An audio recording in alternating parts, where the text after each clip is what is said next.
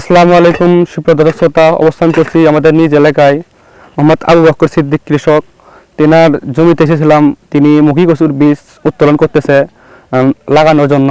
বীজগুলোর size দেখুন কতটা সুন্দর, এবং এই বীজগুলো যদি আমরা এখন জমিতে রোপণ করি, কিছুদিনের ভেতরেই ভালো একটা রেজাল্ট আসবে এবং বীজ থেকে চারাগুলো খুব জলদি বের হবে।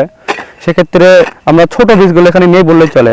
এ ধরনের বীজ দেখবেন চারা বেরোতে অনেক সময় লাগে এবং রোগ আক্রান্ত বীজ, এগুলো বীজ লাগালে জমিতে লাভের চাইতে ক্ষতিটাই বেশি হবে। দেখবেন গাছ রোগ আক্রান্ত হবে, গাছের বৃদ্ধি ঠিক মতো হবে না। এবং এগুলো বীজ আপনার অনেকটাই ভালো। এগুলো বীজ যদি আমরা রোপণ করি, দেখা যাবে যে আনুমানিক সর্বোচ্চ 15 থেকে 20 দিনের ভিতরে আমাদের গাছ বের হয়ে যাবে। সেক্ষেত্রে ভালো বীজে ভালো ফসল, আমরা এটাই বলবো সবাইকে।